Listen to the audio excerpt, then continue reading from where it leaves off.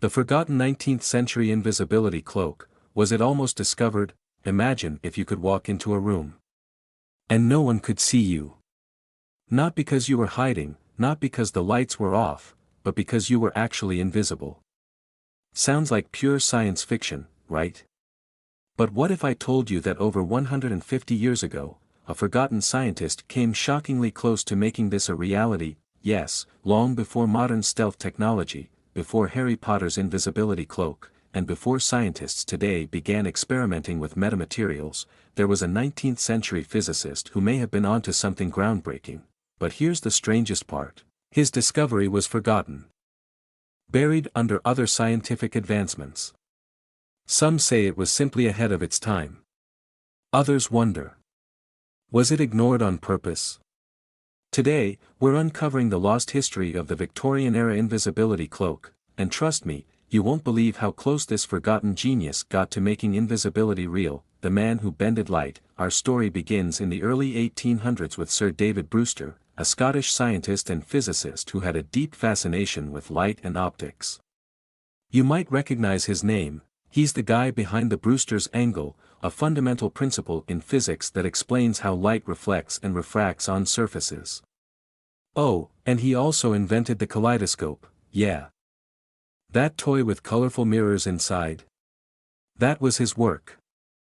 But what most people don't know is that Brewster wasn't just interested in how light reflected, he wanted to know how it could be manipulated, even bent around objects. Brewster had spent years studying polarized light, and by the 1840s, he stumbled upon something truly bizarre. Under the right conditions, certain materials could make objects appear partially invisible by bending light waves around them. This wasn't magic, it was pure physics.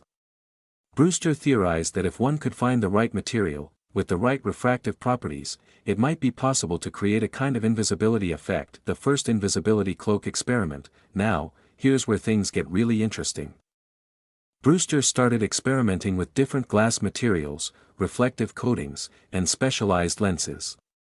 He found that certain calcite crystals and specially treated glass panels could bend light at extreme angles, making objects placed behind them appear blurred, distorted, or even disappear entirely, but only from certain perspectives. Think about it this way: if you've ever seen a heat wave on a hot road, you'll notice how the light bends and distorts objects in the distance.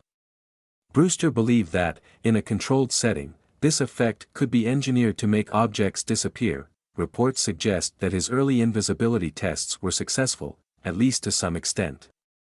While it wasn't perfect, Brewster was convinced that with the right materials and scaling, one could create a working invisibility device.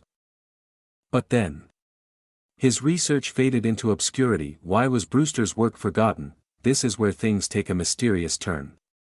Despite his success in optics, Brewster's experiments with invisibility didn't gain much attention. Unlike his other discoveries, which were widely celebrated, this one was largely ignored by the scientific community. Why? Well, one theory is that the technology just wasn't practical yet. The materials Brewster was working with were expensive and limited. And while he had proven that light bending could work on a small scale, he didn't have the tools to scale it up into a full-fledged invisibility cloak. But here's another, more interesting theory: was this technology deliberately buried? By the late 19th and early 20th century, the military had begun to take a keen interest in optical camouflage. Could it be that Brewster's ideas were quietly taken and researched in secret? It wouldn't be the first time in history that a promising scientific discovery was classified for military use. Even today, modern stealth technology is based on similar principles. Scientists are now using metamaterials, special engineered surfaces that can bend light, to develop the first real invisibility cloaks. Was Brewster just 150 years ahead of his time? How close are we to real invisibility today? Fast forward to today, and we're closer than ever to real invisibility. Scientists have developed invisibility shields, which use special lenses to bend light and make objects behind them disappear. Companies like Hyperstealth have created quantum stealth, a material that can hide objects, people, and even entire vehicles from view by bending light. And here's where it gets crazy: these technologies use principles that Brewster had already discovered back in the 19th century. This raises an interesting question: if he had access to today's materials, could he have completed his invisibility cloak over a century ago? Sir David Brewster's forgotten invisibility experiments may have been abandoned back then. But his discoveries live on in modern science. It makes you wonder, how many other forgotten innovations are out there, waiting to be rediscovered? What do you think?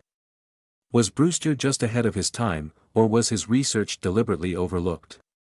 Drop a comment below and let's talk about it, and if you enjoyed this deep dive into a forgotten piece of history, don't forget to like this video, subscribe to the channel, and turn on notifications so you never miss another story from the past that still shapes our world today.